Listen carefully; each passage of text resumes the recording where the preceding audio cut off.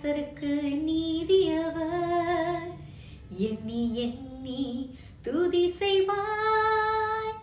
ஆமாங்க, அவருடைய வார்த்தை சொல்கிறபடியே உனக்கு எதிராக உருவாக்கப்படும் எந்த ஆயுதமும் வாய்க்காதே போகும்.